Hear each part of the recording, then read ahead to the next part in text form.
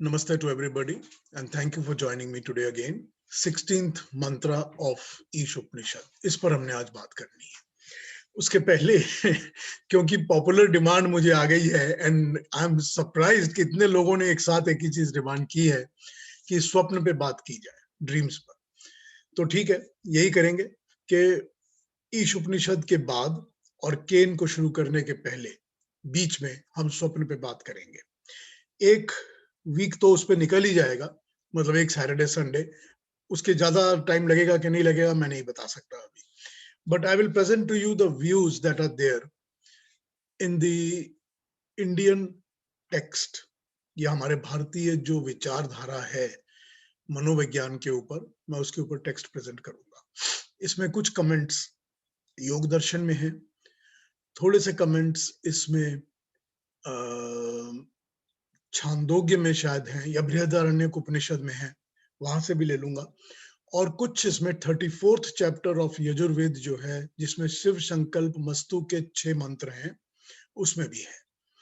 तो मैं इन चीजों को इकट्ठा करके रेडी कर लूंगा. And I think that's what I remember. मेरे को और याद नहीं कहीं और है कि नहीं है, हो सकता है हो, प्रश्न उपनिषद में भी शायद हो सकता है कि कोई क्वेश्चन हो इस पर, but I check it out. और मैं इस पर अपना विचार जो भी होगा वैदिक विचार के तरीके से ऑन स्वप्न एंड ड्रीम्स वो प्रेजेंट करूंगा. आप लोगों ने जो प्रश्न पूछने होंगे वो सब वेलकम होंगे, all of them will be welcome. तो जिसको जिसको भी जो प्रश्न पूछना होगा वो मुझे पूछ सकता है. Never hesitate anything. अब इसमें एक इश्यू ये है कि मैं तो बहुत, मतलब यू कैन से ऑलमोस्ट निल, मैं तो स्वप्न देखता ही नहीं हूँ, और बहुत कम देखता हूँ, अगर देखता भी हूँ तो मैं पर्सनल एक्सपीरियंसेस बहुत शेयर नहीं कर पाऊंगा इस पर, even though I will, but ठीक है, लेट्स सी व्हाट हैपेंस. आइए 16 पे शुरू करते हैं. 15वां जो हमने किया था कल, उस पर भी और 16 पर भी अगर प्रश्न होंगे. कल हमने वो वाला किया था मंत्र जिसमें उसने कहा था कि ये सारी सृष्टि जो है बहुत आकर्षक है, बहुत आकर्षण होता है इसमें. इस ढक्कन को हटाने से, इस पर्दे को हटाने से, इसके पीछे के छिपी हुई शक्ति को, जो कि इस सारी सृष्टि का क्रिएटर है, उसको देख पाएंगे अगर हम इस पर्दे को हटाएंगे. ये, और परमात्मा से प्रार्थना की कि मुझे इस पर्दे को, इस ढक्कन को, आवरण को हटाने में मदद कीजिए. इस थॉट पर ही ये जो मंत्र है, ये तो यजुर्वेद से था, मगर 16th जो है ये किसी वेद से नहीं लिया हुआ, ये ईशोपनिषद के ऋषि का अपना ही मंत्र है. तो इसी थॉट के ऊपर अब हम लोग आगे बढ़ते हैं, और आगे बढ़कर इस पर हम लोग फिर ये फैसला कर लेंगे कि हमने कोई क्वेश्चन वगैरह पूछने हैं, नहीं पूछने हैं वगैरह, जो भी होगा वो हम लोग we will take it from there. तो पहले मैं मंत्र पढ़ देता हूं आपको, फिर उसका अन्वय करूंगा, फिर उस पर बात करनी शुरू करूंगा. ये 16th मंत्र ऑफ ईशोपनिषद है.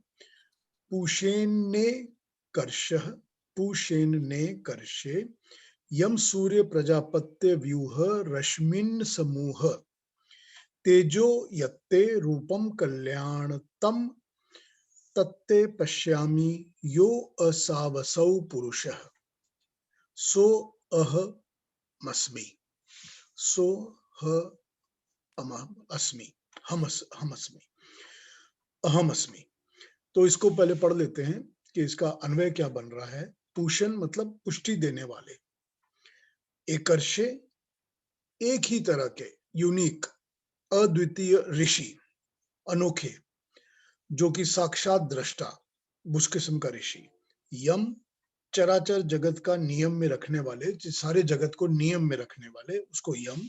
सूर्य सबको प्राण देने वाले, सबको प्रकाश देने वाले, सबको ज्ञान का प्रकाश देने वाले. प्रजापत्य, हे प्रजाओं के पालक, अधिष्ठाता, जो सब कुछ एस्टैब्लिश करता है, बनाता है. व्यूह फैला दे, छितरा दे, स्प्रेड इट ओवर. रश्मीन किरणों को, ज्ञान की ज्योतियों को, समूह समेट कर, इकट्ठा करके. तेज तेज, यत जो, ते तेरा, रूपम स्वरूप, कल्याणतम अत्यंत कल्याणकारी, तत् उसको, ते तेरा, पश्यामी देखता हूं, जानता हूं, यह जो, असौ यह, असौ यह, पुरुषः परमात्मा, सह वह, अहम मैं, अस्मि हूं।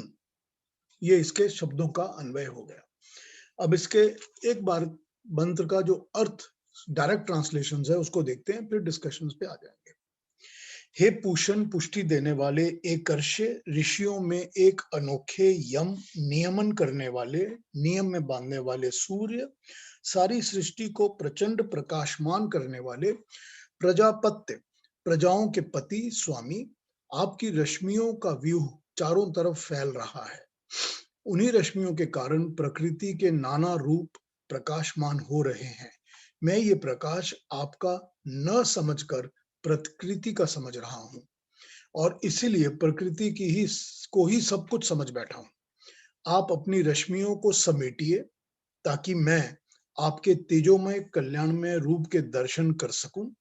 ये जो आपका तेजोमय प्रकाशमय कल्याणतम रूप है, ज्योतिर्मय रूप है, इसके दर्शन से मैं भी वही ज्योतिर्मय पुरुष बन पाऊं। ये इस मंत्र का सीधा सीधा मतलब है। जैसे ब्रह्मांड में ब्रह्म पुरुष से प्रकृति प्रकाशमान हो रही है, सारे ब्रह्मांड में उस ब्रह्म पुरुष से, उस परमात्मा से ही सारी प्रकृति प्रकाशमान हो रही है। मैं ब्रह्म को भूलकर प्रकृति को ही सब कुछ समझ बैठा हूं। वैसे ही इस पिंड में आपका प्रकाश ही है, और मैं केवल इस शरीर को ही सब कुछ समझकर भटक चुका हूं। अपने आत्म तत्व के स्थान पर इस शरीर को ही सब कुछ समझ बैठा हूं, मगर जो ब्रह्मांड में है वही पिंड में भी है। इस ज्ञान से मैं भी प्रकाशमान हो जाता हूं कि मुझे भी ये ज्ञान मिलना चाहिए कि जैसे ब्रह्मांड में आपका ही प्रकाश फैला हुआ है, मेरे पिंड में भी आप ही का, मेरे शरीर में भी आप ही का प्रकाश फैला हुआ है। इसकी ट्रांसलेशन देख लेते हैं।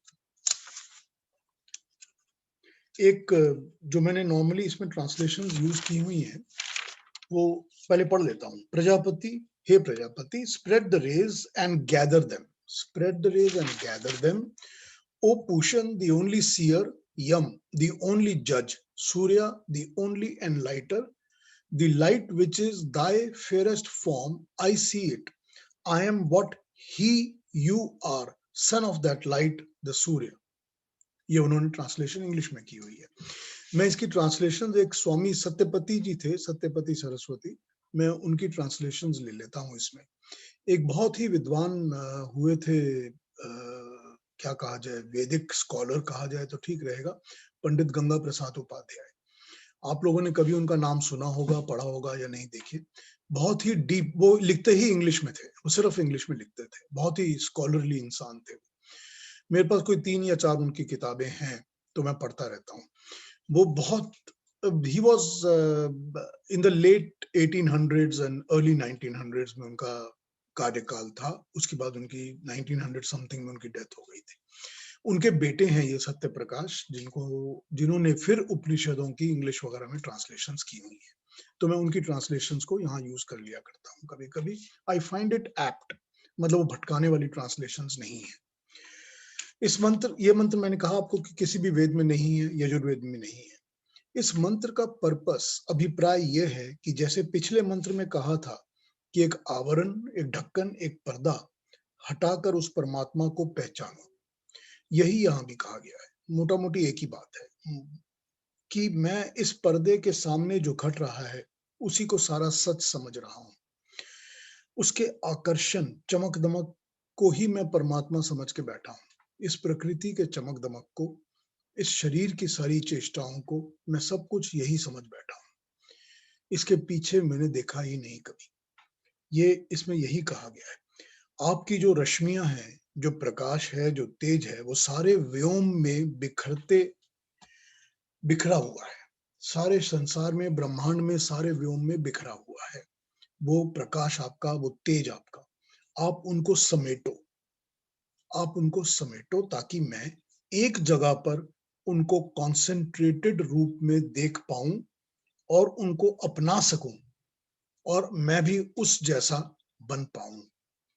अहम अस्मि, ये इस मंत्र में मोस्टली कहा गया है। यो असावसौ पुरुष सो अहम अस्मि, जो उसमें बसा हुआ पुरुष है, उस प्रकाश में, उस तेज में जिसको आप समेटोगे, उसमें जो बसा हुआ पुरुष है वो भी मैं ही हूं या मैं हो जाऊं वैसा। महात्मा नारायण स्वामी जो थे, महात्मा नारायण स्वामी एक संस्था चलाते थे जिसमें वो काम तो करते ही थे, मगर उन्होंने इतनी ज्यादा पब्लिकेशंस की हुई हैं ये आर्श लिटरेचर की, हर किस्म के आर्श लिटरेचर की, starting from Ramayana to Gita to whatever. उन्होंने बहुत पब्लिकेशंस की हैं, वो खुद एडिटिंग भी करते थे और लिखते भी खुद थे महात्मा नारायण स्वामी। तो वो जितने छोटे छोटे छोटे इधर उधर राइटर्स हुआ करते थे जिनमें पॉसिबिलिटीज नहीं होती थी कि वो अपनी चीजों को पब्लिश कर पाए, उनको इकट्ठा करके उनके लिटरेचर को निकलवा कर उसको पब्लिश करते थे अपने खर्चे पर। उनकी संस्था को, सारी संस्था उनकी डोनेशंस पर ही चलती थी, मगर बहुत अच्छा काम किया हुआ उन्होंने। महात्मा नारायण स्वामी अपने उपनिषद की व्याख्या में इस बात को इस तरह समझाते हैं कि इसमें प्रार्थना की गई है कि जैसे आप हो प्रभु, मुझे भी वैसा ही बना दो। इसके लिए परमात्मा के गुणों को स्मरण करके उनको साधन बनाकर उस जैसा बनने का संकेत दिया गया है। समझिए इस बात को। वो कहते हैं कि जो परमात्मा के गुणों को जब हम स्मरण करते हैं कि परमात्मा के गुण क्या हैं, तो हम उन गुणों का अनुसरण करते हैं, उसको कॉपी करके उसके जैसा, उसको फॉलो करके उसके जैसा होने की चेष्टा करते हैं। तभी हम परमात्मा के समीप, सामीप्य पा सकते हैं। ये बता रहे हैं महात्मा नारायण स्वामी इसमें। वो बता रहे हैं कि इस मंत्र में कौन से गुणों की बात की गई है, उस पर एक बार चर्चा कर लें। पूषण, जैसे तुम सबको, सब कुछ को समभाव से, इक्वल दृष्टि से पालन पोषण करते हो, मेरा हृदय भी समभाव वाला, लचकीला और प्रेममय होना चाहिए, सब पर दया दृष्टि, सब पर प्रेम भाव। ये उन्होंने पूषण से लिया कि ये परमात्मा का पूषण का गुण है, तो ये गुण मुझ में इस तरह आना चाहिए कि मैं भी सबको एक ही तरह समभाव से देखूं, सबकी तरफ प्रेम में व्यवहार करूं और मेरे हृदय में लचकीलापन हो। मैं किसी एडमेंट नहीं हूं, मैं किसी एक चीज पर स्टिक नहीं करूं और मेरे प्रेम भाव की दृष्टि सब पे रखूं। दूसरा शब्द जो गुण उन्होंने लिया वो एकर्षी। एकर्षी, जैसे तुम अद्वितीय, यूनिक, एक ही टाइप के सब ऋषियों में ऋषि हो, मुझे भी यही इंस्पिरेशन लेनी है कि मैं भी एक अति उत्तम मनुष्य बनूं, एक अकेला ही सबसे उत्तम, गुण और कर्म की दृष्टि से जो भी मैं करूं, जैसे तुम यूनिक और सबसे यूनिक और अलग और सबसे उत्तम तरीके से करते हो, मैं भी वही करूं। अगर मैं अपने लिए ये स्टैंडर्ड सेट कर पाता हूं कि मैं भी वही करूंगा जो तुम कर रहे हो, तो मैं तुम्हारे तरह का गुण अपना पाऊंगा। तीसरा, यम। यम, जैसे तुम नियम और न्याय के पथ से कभी नहीं डगमगाते, बिना भेदभाव के मैं भी अचूक नियम पालन करने वाला बनूं, ना अन्याय करूं, ना भेदभाव करूं, ना अत्याचार करूं। अब देखिए, जो यम है, हम उसको मृत्यु के साथ अटैच कर लेते हैं। यम का रियल मतलब होता है नियम और नियामक, जो नियमों को बनाता है और जो नियमों को फॉलो करता है और जो नियमों को इम्पोज करता है, उसको यम कहते हैं। तो यहाँ पर यही कहा गया कि तुम जिस तरह से, परमात्मा कभी अपने बनाए हुए, अपने नियमों के विपरीत कोई काम नहीं करता। हम उनको क्या कहते हैं? हम उनको रित कहते हैं। हमारे भाषा में, हमारी वैदिक भाषा में उसको रित कहा जाता है। रित वो नियम होते हैं जो कि प्रकृति के और परमात्मा के बनाए हुए नियम हैं, जो ना कभी टूट सकते हैं, ना कभी टूटते हैं। रित में क्या आता है? रित में आता है हर एक वो नियम जो प्रकृति में हम देखते हैं कि जब हीट होगी तो पानी भाप बनेगा, जब पानी को ठंड लगेगी तो पानी बर्फ बनेगा, कि जब हवा चलेगी तो उसके साथ पानी भी बहेगा, अगर पानी है तो मॉइस्चर भी आएगी, अगर सूखी हवा है तो ड्राई हो जाएगी, फिर उसमें बहुत ज्यादा हीट होगी। ये सारे प्रकृति के नियम है। पानी हमेशा ऊपर से नीचे बहेगा, अग्नि हमेशा नीचे से ऊपर उठेगी। ये सब प्रकृति के नियम है।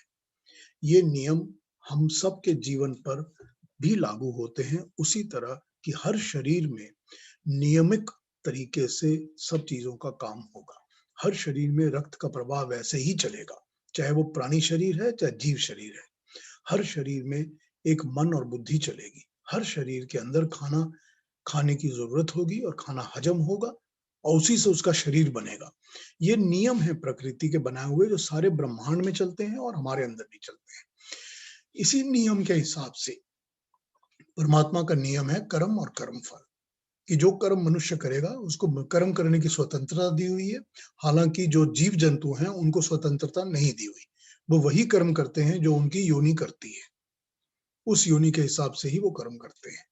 लेकिन मनुष्य को कर्म की स्वतंत्रता दी गई है और कर्म फल वो परमात्मा के हाथ में, नियम बनाने वाले के हाथ में बंधा हुआ है, उसी ने करना है।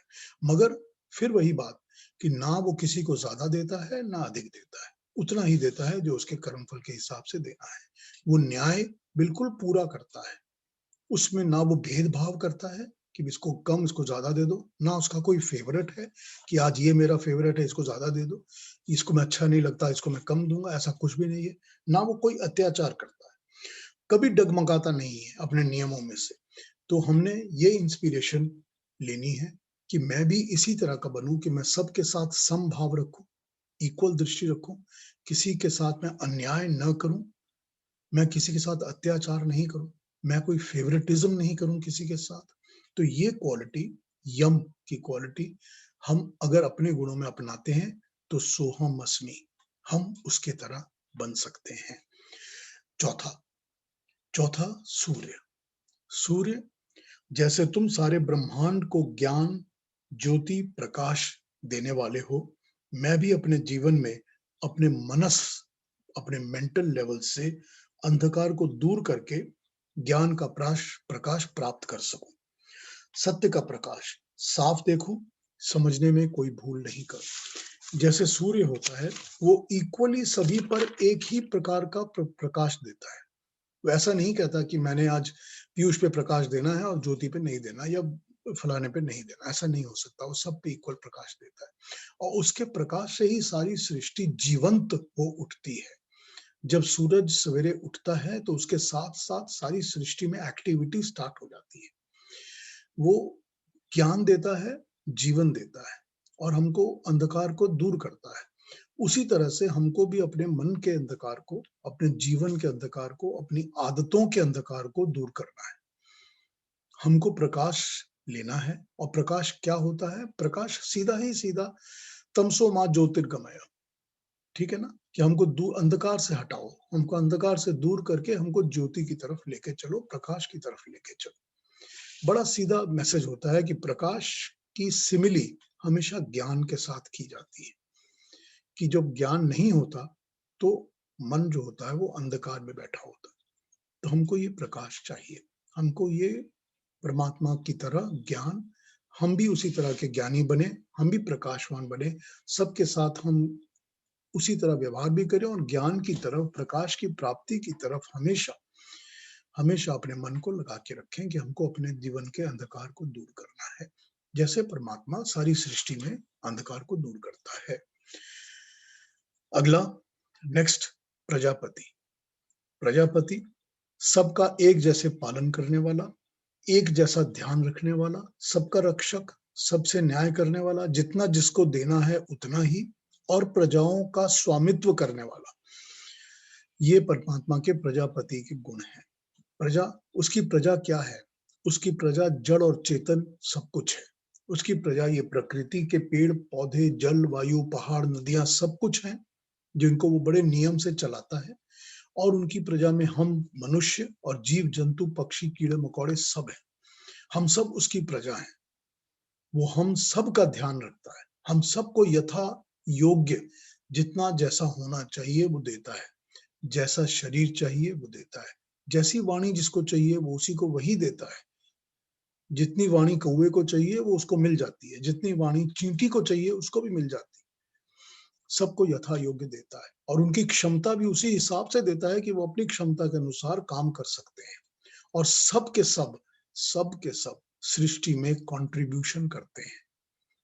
ये परमात्मा ने प्रजापति के हिसाब से न्याय किया हुआ है। हम उस प्रजापति के गुणों को स्मरण करते हैं और स्मरण करके सोचते हैं कि मैं भी उसी तरह से अपनी प्रजा का पालन कर पाऊं, जो मेरे डिपेंडेंट्स हैं, जो मेरे परिवार के लोग हैं, जो मेरे एम्प्लॉइज हैं, या ये समाज जो भी मेरे से इंटरेक्शन करता है, मेरे से कुछ लेता है, मैं किससे कुछ लेता हूं, जो भी मुझसे कनेक्टेड है, वो सब को मैं प्रजा समझकर उनके पालन की तरफ ध्यान देकर उनके साथ मैं न्यायपूर्वक उसी तरह व्यवहार करूं यथा योग्य, जैसे परमात्मा सबकी रक्षा करता है, बिना किसी भय के और पूरे विश्वास और न्याय के साथ, दया के साथ। यही प्रजापति का कर्म है। मैं उन्हीं कर्मों को अनुसरण करूं, कॉपी करूं, तो मैं भी प्रजापति की तरह गुणवान बनूंगा। यम नियम का पालन करूं ताकि मैं तुम्हारी तरह कार्यशैली समझकर तुम्हारे समीप आ सकूं, तुम्हारा अनुसरण कर सकूं, ये मैं पालन करूं। और इतना प्रेम और लगाव हो तुम्हारे लिए कि केवल अपना लक्ष्य ध्येय ही सदा मन बुद्धि में बना रहे कि मैं तुम सा बनना है, यही अंतिम उद्देश्य है। अब वो कहते हैं कि मेरा फाइनल एम ही ये है कि मैं तुम जैसा बनूं, बस उसी में मैं लगा रहूं सारा वक्त, और उसी को मैं बिना किसी भटके इधर उधर उसी पर ध्यान देके उसी को लक्ष्य मान के उसी पे चलूं। तो क्या होगा? ये होगा सोहम अस्मि, वैसा ही मैं हूं जैसा परमात्मा है। इस मंत्र में इस तरह से इन्होंने इसको अपने थॉट्स को प्रेजेंट किया है। अब इसका उपाय क्या है? इस मंत्र को जरा अलग तरीके से समझने की कोशिश भी करते हैं एक बार। अभी तक तो मैं समझता था कि जो कुछ प्रकृति है, प्रकृति में जो ज्योति है, रश्मि है, वो प्रकृति की है, प्राकृतिक पदार्थों की ही है। मैं यही समझता था कि जो सूर्य है वो सूर्य अपने कारण चमक रहा है, जो चंद्रमा है वो चंद्र अपने कारण चमक रहा है, गोल्ड जो है वो गोल्ड चमकता है अपने कारण से, हीरे मोती सब अपने कारण से चमकते हैं, दूसरे मनुष्य का शरीर इतना आकर्षक लगता है, सब अपने अपने शरीर के कारण होता है। मैं यही समझता रहा हूं अब तक। मगर अब मुझे ये ज्ञान हुआ है कि ये सारी रश्मियां, ये सारी ज्योतियां, ये सब आपकी है, ये सब विभूतियां आपकी हैं, ये सब विस्तार, जो ये फैलाव है सारा, इतना बड़ा, इतना एक्सपेंस जो है, वो सब आपका है, सब आप ही ने बनाया हुआ है। प्रकाश में शरीर, प्रकाश में रश्मि, प्रकाश में प्रकृति प्रतिबिंबित हो रही है, क्योंकि ये सब आप ही का बनाया हुआ है। वो एक बार एक चैप्टर में गीता में हमने ये विभूतियों की बात की थी ना, जब भगवान कृष्ण अपना दिव्य रूप दिखाते हैं और बताते हैं कि जितनी शक्तियां सृष्टि में है वो सब मेरी दी हुई है, सब विभूतियां मेरी बनाई हुई हैं। ये बिल्कुल उसी थॉट को प्रेजेंट कर रहा है यहाँ पर भी। इस फैलाव के कारण जो ये स्प्रेड ओवर है, एक्सपेंस जो है, इसके कारण मैं भटकता रहता हूँ, क्योंकि कभी कुछ देखता हूँ, कभी कुछ देखता हूँ, कभी कुछ देखता हूँ, हर एक जगह अलग अलग आकर्षण देखता हूँ, मैं भटकता रहता हूँ। इसीलिए आपसे ये प्रार्थना कर रहा हूं कि आप इन सब चीजों को समेट दें, एक जगह पे कॉन्सेंट्रेटेड, केंद्रित करके इसको समेट दें, ताकि मैं भी उस केंद्रित ध्यान को दे पाऊं। Because I cannot give my attention or concentration on this expanse, on the spread out. इसीलिए मुझको एक स्पॉट पर, एक कंसंट्रेशन पर, केंद्र पर इसको देखना है। ये गुब्बारे की तरह आपकी ज्योति हट जाए तो ये सब कुछ हट जाएगा। जो हमारा शरीर है उसमें से जैसे ही आपकी इंस्पिरेशन, आपके दिए हुए प्राण हटते हैं, ये शरीर मट्टी हो जाता है, इसका कुछ नहीं होता।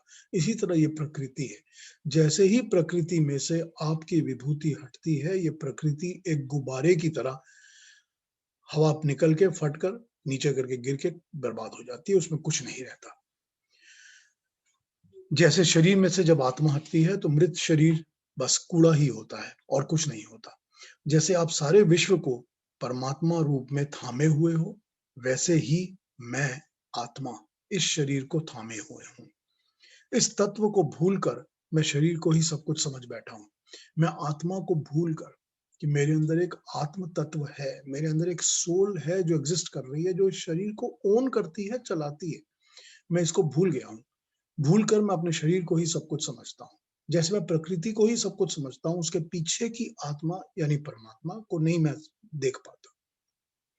इस रश्मियों को समेटो। अब इसमें क्वेश्चन ये उठता है कि समेटने की इंडिकेशन कहाँ दी गई है, किस जगह समेटे? कि परमात्मा ने अगर समेटना है तो ऐसा तो हो नहीं सकता कि 4x4 स्क्वायर फीट के एरिया में सारी रश्मियां आप नीचे लगा दे ताकि हम उसी को देखें और वहीं से कॉन्सेंट्रेट करें। ये तो नहीं हो सकता। समेटने की इंडिकेशन हमारे मनस पटल पर है, मेंटल प्लेटफॉर्म पर, हमारे अपने मन में, हमारे हृदय में, हमारे ज्ञान में, हमारी बुद्धि में समेटा जाएगा, तब ही हम इसको कॉन्सेंट्रेटेड तरीके से देख पाएंगे। परमात्मा जो ज्ञान देता है वो हर एक ज्ञान हमारी बुद्धि में, मन में सिमट के ही आता है, एक्सपेंसिव नहीं आता। हम कॉन्सेंट्रेटेड तभी ज्ञान प्राप्त करते हैं जब वो एक कॉन्क्रीट तरीके से हमारे दिमाग में, हमारे मन में समाता है। हम जो भी पढ़ते हैं, बहुत कुछ पढ़ते हैं, मगर उसमें से जो हम निचोड़ निकालते हैं, वो एक कॉन्सेंट्रेटेड छोटा-सा निचोड़ हम अपने ज्ञान की तरह दिमाग में बैठा लेते हैं, हृदय में बैठा लेते हैं। यही बता रहे हैं कि परमात्मा अपने ज्ञान को, अपनी रश्मियों को, अपने प्रकाश को समेटो, ताकि मैं कॉन्सेंट्रेशन के साथ उसको देख और समझ पाऊं। इतने बड़े विशाल एक्सपेंस को मैं नहीं समझ पा रहा। ये इस मंत्र में इस तरह से कहा गया है। इस मंत्र में और एक ध्यान देने योग्य शब्द है, वो है प्रजापात्य। प्रजापात्य, प्राजापत्य, प्राजापत्य, सॉरी, प्राजापत्य। अर्थ ये है कि प्रजाओं को उत्पन्न करने का गुण, सृष्टि को उत्पन्न करने की शक्ति, और इसके रेफरेंस में आए हैं सूर्य और यम। करेक्ट? अभी हमने इस पर बात की थी थोड़ी देर पहले जब हम उनके गुणों की बात कर रहे थे। प्राजापत्य, सूर्य और यम। अब सूर्य तो जीवन देता है, प्राण दाता है, और यम जो है वो मृत्यु दाता है। तो यम से नियम और नियमन भी होते हैं। विचार इस तरह है, इसमें विचार इस तरह से प्रेजेंट किया गया है। सूर्य सारी सृष्टि को, सूर्य की रश्मियां जीवन प्रदान करती हैं। मनुष्य को, जीव जंतु को, वृक्षों को, वनस्पति को, सभी कुछ को सूर्य जीवन प्रदान करता है। सुबह होते ही संपूर्ण जगत में जीवन की एक लहर दौड़ जाती है। सारी सृष्टि में जीवन व्याप्त हो जाता है। सूर्य की यह प्रजापात्य शक्ति है, ये प्राजापत्य शक्ति सूर्य की है कि वो सारी सृष्टि का पालन पोषण करता है। सब में लहर हो जाती है जीवन की, एक्टिवेट हो जाते हैं, एनर्जी प्रोवाइड होती है। ठीक? जो भी लोग हम लोगों में से ऐसे हैं जो बिल्कुल सुबह उठते हैं और सुबह उठ के सूर्योदय के पहले उठकर सूर्य के उदय होने का अनुभव लेते हैं, वो सब ये समझ पाते हैं और जान भी पाते हैं कि जैसे ही सूरज की रश्मियां प्रकट होनी शुरू होती हैं, इवन दो सन हमको दिखता नहीं है अभी तक, पेरिफेरी पे नहीं दिख रहा, लेकिन उसकी रश्मियां प्रकट होनी शुरू होती हैं, हमारे मस्तिष्क और हमारे शरीर के अंदर एक अलग स्फूर्ति जन्म लेनी शुरू कर देती है। उसी तरह जैसे कि सारे पंछी हैं, चहचहाने लगते हैं, ठीक है? कोई जानवर सोया नहीं रहता, सब उठ जाते हैं, उठ के अपना-अपने काम में लगना शुरू कर देते हैं। ठीक उसी तरह हमारा मन और हमारा शरीर उसी तरह से एक्टिवेट होना शुरू हो जाता है। ये सूर्य का प्राजापत्य एक्टिविटी है, प्रजा के पालन की एक्टिविटी। अपनी रश्मियों के द्वारा, अपनी ज्योतियों के द्वारा सूर्य प्रजाओं का निर्माण और पालन दोनों करता है। निर्माण भी करता है, पालन भी करता है। कोई बीज जो धरती में दबा बैठा होता है, जब तक उसके ऊपर सूर्य की रश्मि, सूर्य की गर्मी, सूर्य का प्रकाश नहीं पड़ता, उसमें से पौधा नहीं निकलता। ऐसा भी होता है कि कई पौधे और कई पेड़ पर सीड्स वगैरह जो होते हैं वो डार्क में पनपाए जाते हैं, जैसे कि गर्भ में बच्चा पनपता है, उसी तरह से उनको अंधेरे में, डार्कनेस में पनपाया जाता है। मगर जब उसकी शूट्स निकलनी है, यानी कि उसको ग्रो करना है, तब सूर्य की रश्मि बहुत आवश्यक है। ये उसका प्रजापालन की एक्टिविटी है। ये प्राण संपादन और प्राण प्रेरित करता है, प्राणों को संपादन एस्टैब्लिश करता है, देता है और प्रेरित करता है। सब सृष्टि, सारे जगत के अंदर ऐसे ही सूर्य के अंतर में एक शक्ति है जो सूर्य को नियम पे बांधकर उससे कार्य करवा रही है। ये यदि परमात्मा की शक्ति ना रहे तो सूर्य में भी शक्ति नहीं रहेगी और सूर्य इस जगत में नहीं रहेगा और सारा जगत ही नहीं रहेगा। ये सूर्य की प्राजापत्य शक्ति, जिसके पीछे छिपी हुई परमात्मा की शक्ति है, जो परमात्मा उस सूर्य को शक्ति देकर सब कुछ देकर चला रहा है, उसके थ्रू काम कर रहा है परमात्मा। और यम, मृत्यु भी वैसे ही है, नियम में बांधने वाली शक्ति, नियम करने वाली शक्ति। सूर्य के भांति यम कोई भौतिक वस्तु नहीं है। जैसे सूर्य तो हमको फिजिकली दिखता है ना, हम लोग उसको देख सकते हैं, फिजिकल एक बॉडी है। यम कोई ऐसी फिजिकल वस्तु नहीं है, ना फिजिकल शक्ति है। मगर जहां सूर्य जीवन देता है, यम मृत्यु देकर सारे संसार को एक नियम में बांधे रखती है। समझने की बात यहाँ पर यह है कि यदि संसार में मृत्यु ना हो तो हम और आप ये सोच भी नहीं सकते कि ये संसार कैसा होगा, कि इतने प्राणी जो जन्मते हैं वो कहाँ रहेंगे और कैसे कैसे फिट होंगे, हम ये सोच भी नहीं सकते। इसीलिए ये जो पुराना जब तक नहीं मरेगा तब तक नया नहीं जी पाएगा, ना उसके लिए जगह होगी ना जीवन मिलेगा उसको। पुराने का मिटना, मृत्यु का होना बहुत अनिवार्य है। यदि इतने प्राणी जो यहाँ पर हैं, जो मनुष्य हैं, दूसरे जीव जंतु हैं, इन सब का वेकेट करना बहुत जरूरी है ताकि नया उस जगह को ऑक्यूपाई कर पाए, फिजिकली भी और दूसरी तरह से भी। जब तक पुराना नहीं मरेगा नया जन्म नहीं लेगा। ये यम का पोषण क्रिया का रूप है। इसी तरह से वो प्रजाओं का पालन करता है। यम प्रजा का पालन करता है। प्राजापत्य वही प्रजाओं का पालन, यम अपने इस तरीके से प्रजाओं का पालन करता है। ठीक है। रिसाइकल करने वाला, इसको हम रिसाइकल कह सकते हैं, जिसको हमने एक्चुअली जब ब्रह्मा विष्णु महेश की एक्टिविटीज दी थी तो महेश को हमने इस गुण के साथ अटैच किया हुआ था कि जो महेश हैं, जो शिव हैं, वो रिसाइकल करते हैं। पुराने विचार, पुराने संस्कार, पुरानी वस्तुएं यदि नहीं मरेंगी तो नए को जगह नहीं मिलेगी। वैसे ही जैसे शरीर पुराने नहीं मरेंगे तो नए शरीर नहीं आ पाएंगे। यही यम का प्राजापत्य रूप है, जो नियम को लागू भी करता है और नियम का पालन भी करता है। ये दोनों एक ही सिक्के के दो पहलू हैं। जो सूर्य है और जो यम है वो एक ही कॉइन के दोनों साइड्स हैं और दोनों साइड्स के हिसाब से ये प्राजापत्य का काम पूरा करते हैं। परमात्मा के प्राजापत्य का, प्रजाओं के पालन करने का, पोषण करने का, रिक्रिएट करने का, रिसाइकल करने का, फिर जन्म देने का, फिर पालन पोषण करने का, ये दोनों ही सूर्य और यम प्राजापत्य के कार्य को इसी तरह करते हैं। ये परमात्मा की शक्तियां हैं जो इस जगत का कार्य चलाती हैं।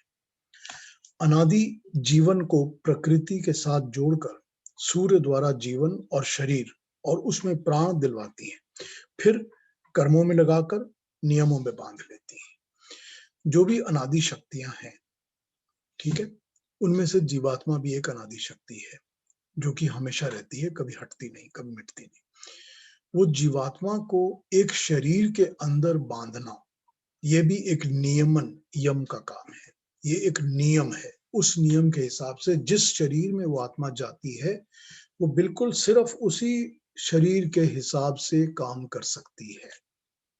जो घोड़े के आत्मा में जाती है वो घोड़े के हिसाब से काम करेगी, वो मगरमच्छ नहीं बन सकती। ठीक, उसकी अपनी सीमा है, उसका अपना नियम है।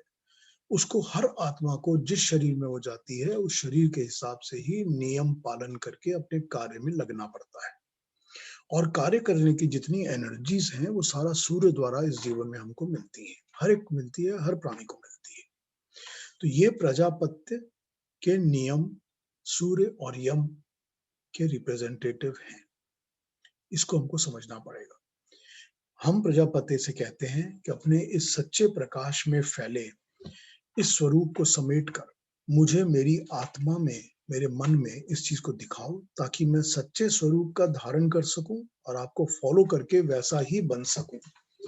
ये जो सोहम अस्मि है, इस चीज के कॉन्सेप्ट को बहुत भटकाया गया है, बहुत ज्यादा भटकाया गया है। जितने भी हम वर्ड यूज करते हैं वेदांती, जितने भी वेदांती टाइप के लोग होते हैं जो कि प्रकृति को माया ही समझते हैं, उसको एक्नॉलेज नहीं करते, वो अपने आप को कहते हैं कि जैसे मैं सब कुछ प्रकृति परमात्मा ही है वैसे ही मैं भी परमात्मा।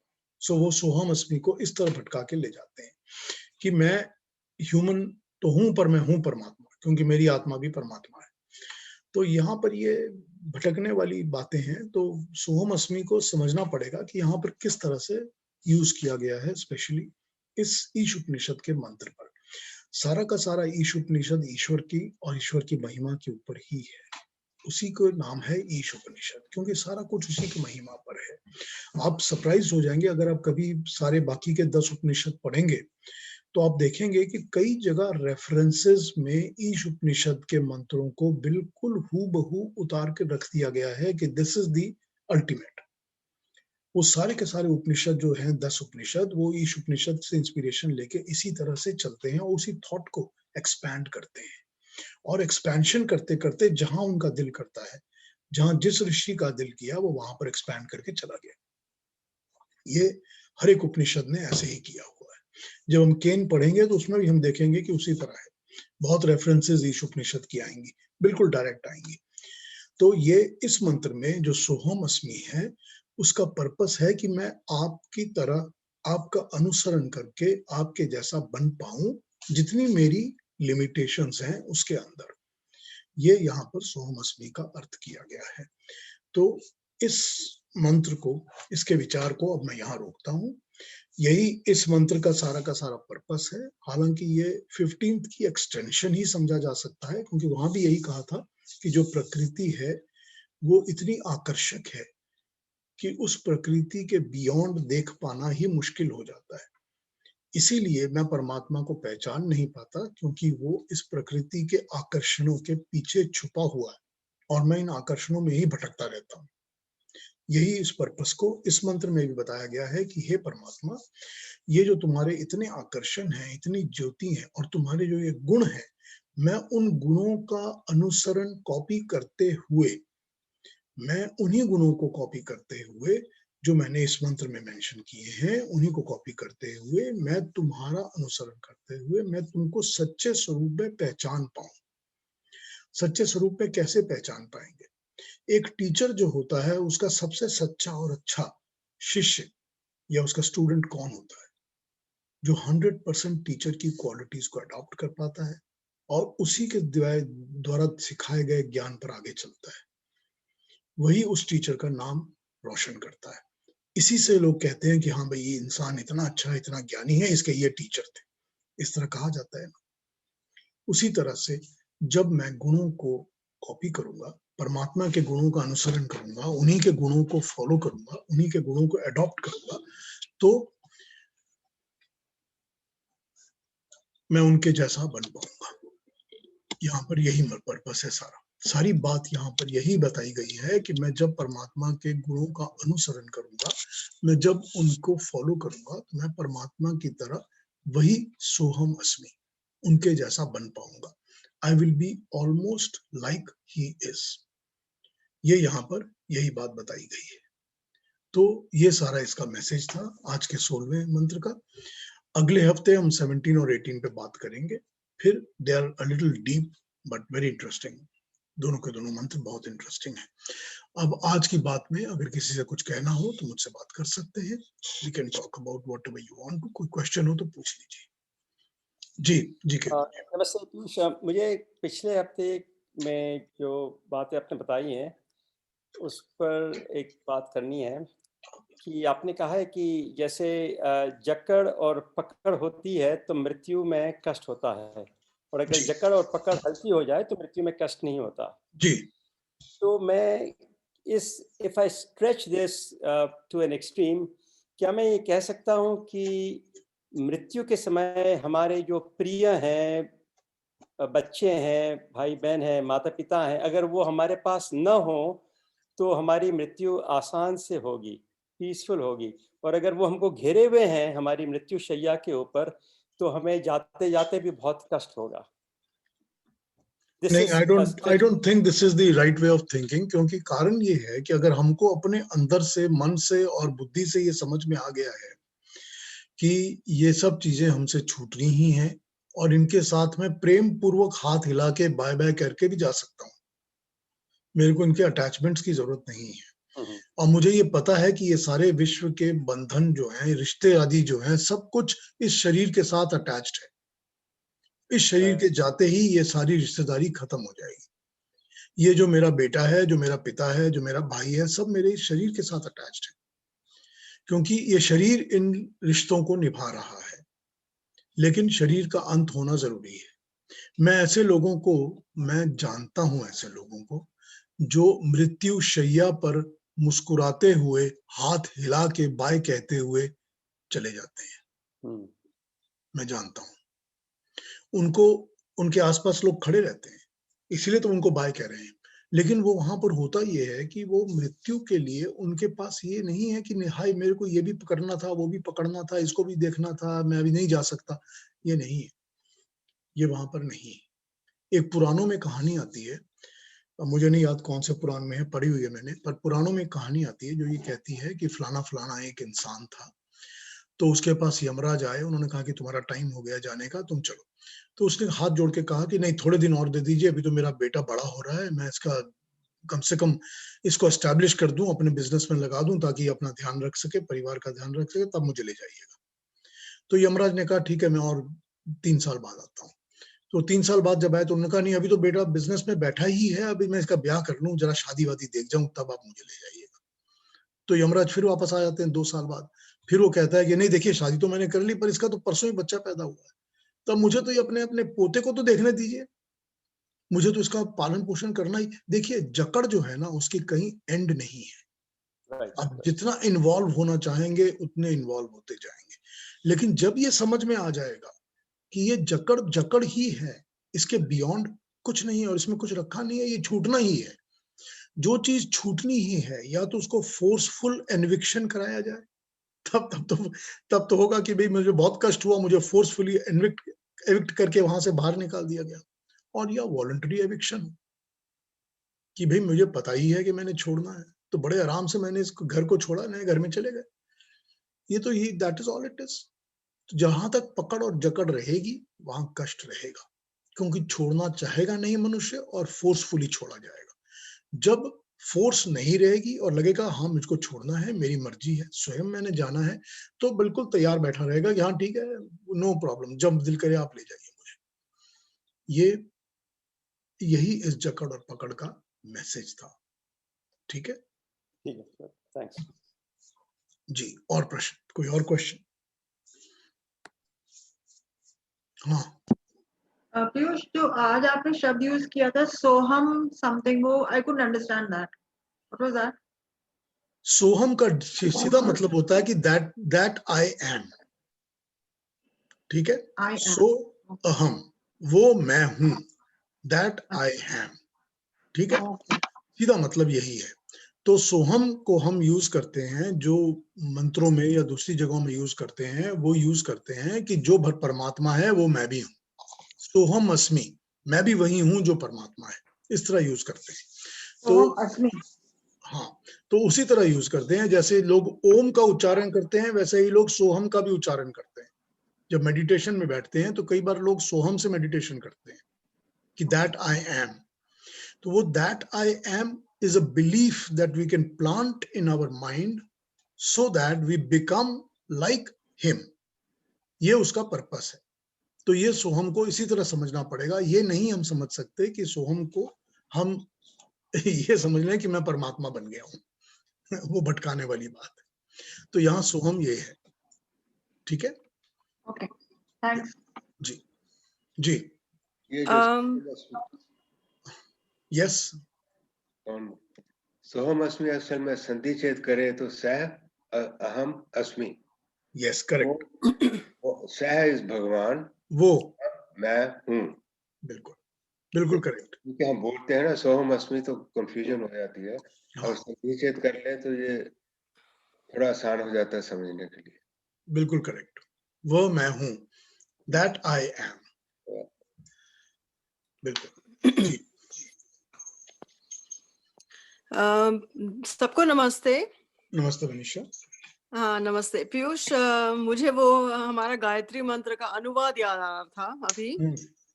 कहते हैं ना, तेरा महान तेज है फैला हुआ संसार में, सृष्टि की वस्तु वस्तु में तू हो रहा विद्यमान है। बिल्कुल ठीक बात है, एग्जैक्टली वही बात आपने आज सुनाई है। हाँ बिल्कुल बिल्कुल वही बात, एकदम वही कंसेप्ट और वही थॉट है। वही थॉट कॉन्सेप्ट सब जगह अलग अलग अलग अलग तरीकों से सब ऋषियों ने प्रेजेंट किया हुआ है। इसीलिए गायत्री जो होती है उसको हर मंत्र की माँ कहते हैं, कि उस मंत्रों करेक्ट। के, उस मंत्र के थॉट में से ही बहुत सारे और मंत्र जन्मे हुए हैं, या थॉट्स जन्मे हुए हैं, इसीलिए। और ये भी बात है कि जो हम ऐसे चकाचौंध हो जाते हैं संसार की सारी माया से, इसीलिए मेरे ख्याल से संसार को माया कहा गया है। माया ठीक है, इल्यूजन, लेकिन जो माया शब्द है वो शक्ति है। जो वैदिक लैंग्वेज में माया शब्द यूज होता है उसका मतलब इल्यूजन नहीं होता। वो उसका मायावी मतलब, जैसे कहते हैं किसी को, हाँ, वो वो मायावी का मतलब ही होता है शक्तिमान, जिसमें एक किसी special powers particular special powers हैं जो कि हम सब में नहीं है, नॉर्मल मनुष्य में नहीं है, उसको मायावी कहा जाता है। करेक्ट। ठीक है, और विपुल, आपने कुछ बोलना था? नहीं, बस मैं सुन रहा था। बढ़िया, मैं तो चालू रख लेता हूँ तभी सब लोग देख सकते हैं एक दूसरे को, इसलिए। हाँ, ठीक है, नहीं, ठीक है। हाँ जी, कोई और thought? Anybody else has anything to say? Yes, कुछ मन में विचार आया कि जो जिनका स्वर्गवास हो गया वो आत्मा तो चले गई जी, लेकिन जो जीवित रह जाते हैं वो उनको बार बार पुकारते हैं, याद करते हैं, लेकिन उस आत्मा का तो कोई आकर्षण रहा नहीं इस दुनिया से या इन लोगों से। जी, ठीक है ना? तो क्वेश्चन क्या है? क्वेश्चन नहीं, जस्ट ओनली थॉट। थोड़ा सा फिर ऐसा लगता है कि कुछ रह गया। हाँ, ये होता है, ये तो जरूरी बात है, क्योंकि जो चले जाते हैं उनको याद तो वही करते हैं जो कि रह जाते हैं यहाँ पर। और आत्मा जो है, देखिए, इसको समझना पड़ेगा कि आत्मा जो है वो तो अल्टीमेटली ट्रैवल करके किसी दूसरे शरीर में प्रवेश कर गई। तो अब जिस नए शरीर में प्रवेश कर गई, उस नए शरीर के भी तो अपने रिश्ते हैं ना। उस शरीर में भी उसका कोई माँ बाप है, भाई बहन है, उसके अपने लोग हैं, जो भी है वो शरीर, उसको अब उस शरीर के हिसाब से उसको उसका पालन करना है। फिर उस शरीर को भी तो छोड़ेगा, फिर उस शरीर के पीछे भी बैठे जो रह जाएंगे वो भी उसको याद करके रोएंगे। ठीक है ना? ये तो चलता रहेगा ना। तो वो एक आत्मा किसी एक पर्टिकुलर जन्म के शरीरों के साथ इन्वॉल्व नहीं रह सकती।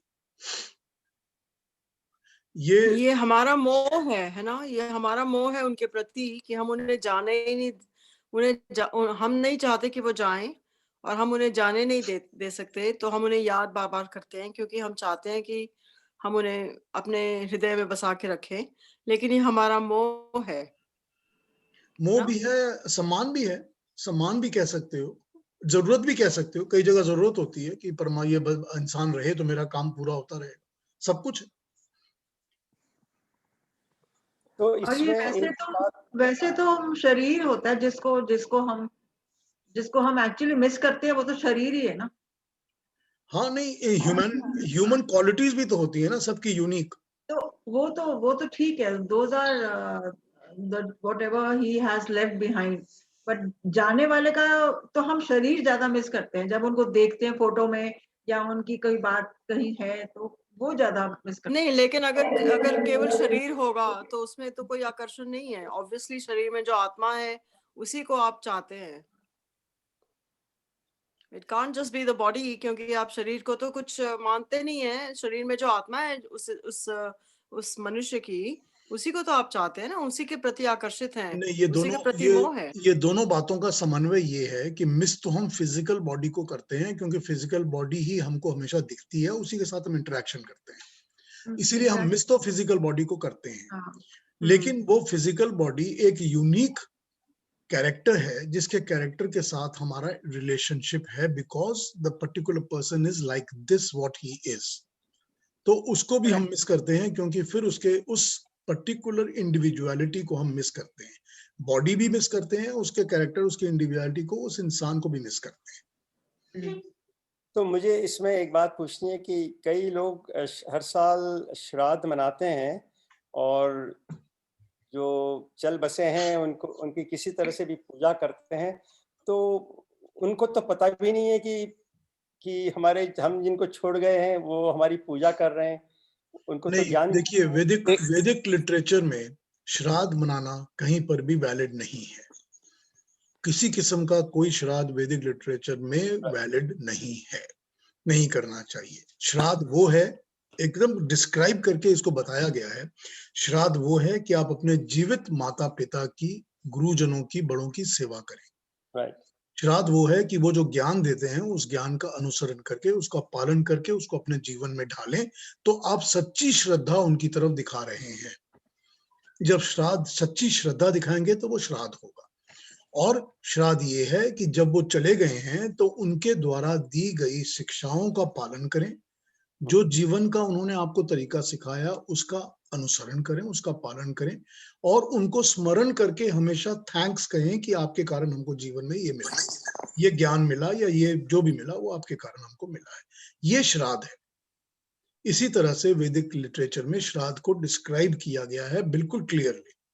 किसी मरे शरीर के ऊपर कोई पंडित आकर आपको कहता है कि मुझको ये दे दीजिए, ये आपके पिताजी तक पहुंच जाएगा क्योंकि वो मर चुके हैं, ये बिल्कुल अनरीजनेबल और इलॉजिकल बात है। वैदिक लिटरेचर कोई इलॉजिक नॉन साइंटिफिक कॉन्सेप्ट को एक्सेप्ट करता ही नहीं है, बिल्कुल स्ट्रेट नहीं करता। एक चीज मैं ऐड करना चाहूंगा जी, कि जब हम साइंस की बात करते हैं ना, ये जैसे आपने बताया लॉजिक और वैदिक साइंस और वगैरह की, उसमें दो चीज होती है। अपने जो हिंदू संस्कृति या सनातन धर्म जो है ना, दो चीजों के ऊपर है। एक तो ये वैदिक नॉलेज जो हम लोग अभी डिस्कस करते हैं और ले रहे हैं एक दूसरे से। दूसरा जो है वो कर्मकांड।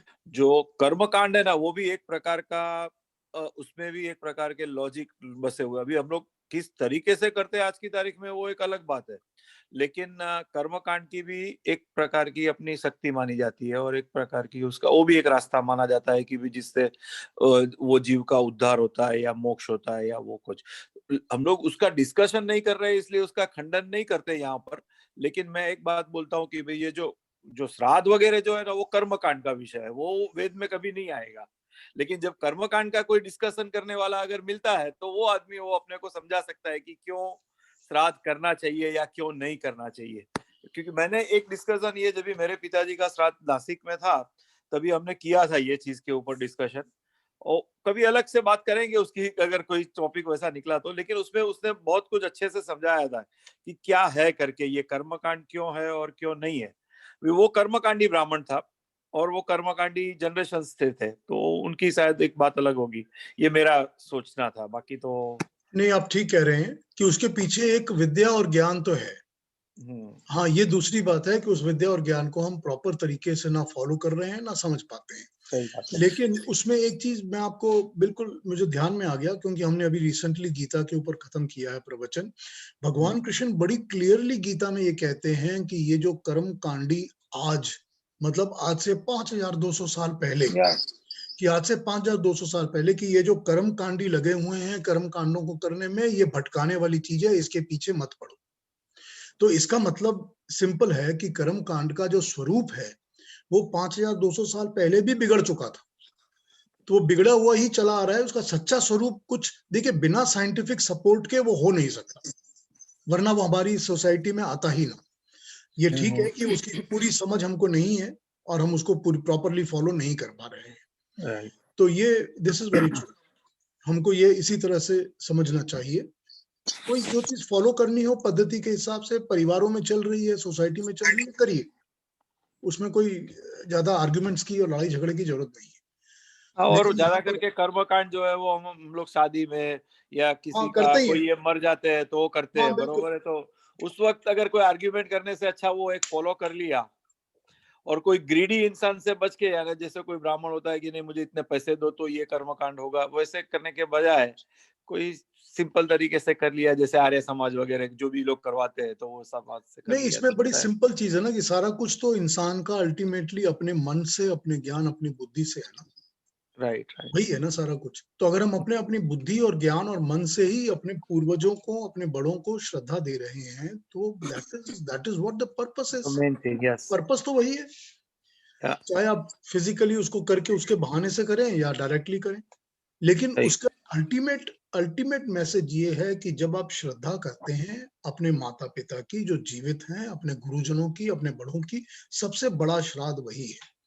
सही, उनको फॉलो करिए, उनकी सेवा करिए, उनके दिए हुए ज्ञान को अपनाइए, उनको एक्नॉलेज करिए। ये सबसे बड़ा श्राद्ध यही होता है। क्योंकि जो उनको याद करने का ये भी अर्थ है ना, सॉरी, हाँ बोलो। उनको याद करने का ये भी तो अर्थ है ना कि हम उनके पद चिन्हों पर चल रहे हैं, उन्हें याद कर रहे हैं, उनके सारे गुण याद कर रहे हैं, हाँ। उनकी सीख को याद कर रहे हैं।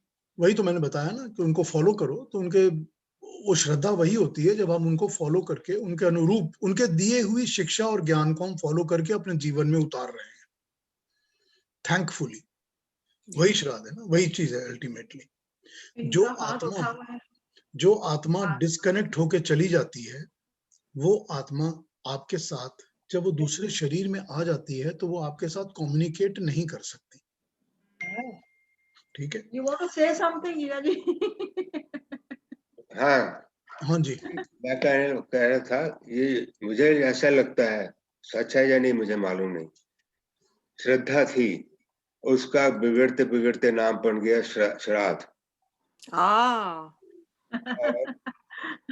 जो दूसरा है कि श्राद्ध पे इंस्टेड ऑफ कि भी 100 ब्राह्मण को खाना खिलाया, 1000 पे खिलाया, बात असल में ये है कि अगर श्रद्धा करनी है, साल में एक बार, हर रोज श्रद्धा हो सकती है।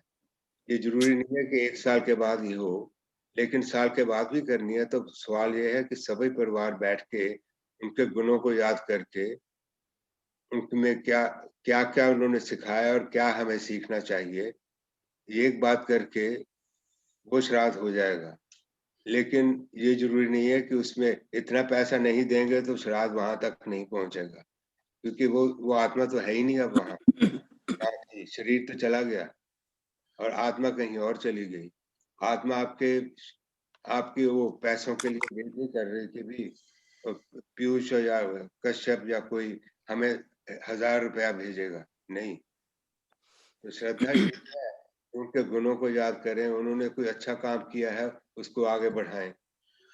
नहीं, इसमें एक एक्सक्यूज मेंटल पीस का भी होता है। वो ये होता है कि मेरी अपने मानसिकता जो है उसमें शांति लाने के लिए मैं ये कर्म कर रहा हूँ, तो वो अपना मेंटल पीस है। अब अगर मैंने 100 ब्राह्मणों को खाना खिलाया है तो एक उसमें कोई शुभ कर्म तो है कि मैंने किसी को खाना खिलाया, ब्राह्मण को या जिसको मर्जी खिलाया, कि मैंने 100 लोगों को खाना खिलाया है, तो उसमें एक शुभ कर्म तो कार्य तो है कि मैंने अच्छा काम किया है, लोगों को खिलाया। वहां तक तो ये ठीक है कि अपने मेंटल पीस के लिए कि मुझे ये चीज, it gives me the mental peace that if I am doing this, I mean it's all right, you can make it as an excuse. आत्मा के लिए है, लेकिन वही 100 ब्राह्मण की जगह उनको खिलाया जाए जिनको जरूरत है। हाँ, वो ठीक है, दैट इज एक्सेप्टेबल, ये सारी बातें ठीक है, ये भी ठीक है। पुराने जमाने में ब्राह्मण होते थे, वो भिक्षा पे ही जीते थे, तो इसीलिए ब्राह्मणों को शायद खिलाया जाता था, क्योंकि पुराने जमाने में गरीब नहीं होते थे, आई एम श्योर ब्राह्मण होते थे और वो भिक्षा के आधार पर ही जीवित रहते थे। चलिए, this is a topic that we will probably carry on. तो आज फिलहाल अनलिमिटेडली डिस्कस दिस टॉपिक। तो इस पर आज यहीं पर खत्म करते हैं अपनी बात। अगले हफ्ते 17 और 18 पे शुरू करेंगे, और फिर वो काफी डीप हैं और इन्वॉल्विंग हैं, तो ध्यान लगेगा। और फिर जब 18 के बाद जब हम उपसंहार करेंगे, कंक्लूजन करेंगे, उसके बाद whether it is 1 week or 2 weeks or 3 weeks from now, पहले हम स्वप्न पे, ड्रीम्स पे बात करेंगे, उस पर चर्चा करेंगे, उसके बाद केन उपनिषद को शुरू करेंगे। ये पब्लिक डिमांड है, पॉपुलर डिमांड, तो उसी पे चलेंगे। और जिसके जिसके एक्सपीरियंसेस होंगे कि मुझे ये स्वप्न के बारे में ये बात समझनी, बोलनी है, आपका दिल करे तो आप मुझसे ओपनली बात कर सकते हैं। मैं कुछ एग्जांपल्स जरूर यूज करूंगा, जैसे मैं हमेशा करता हूं।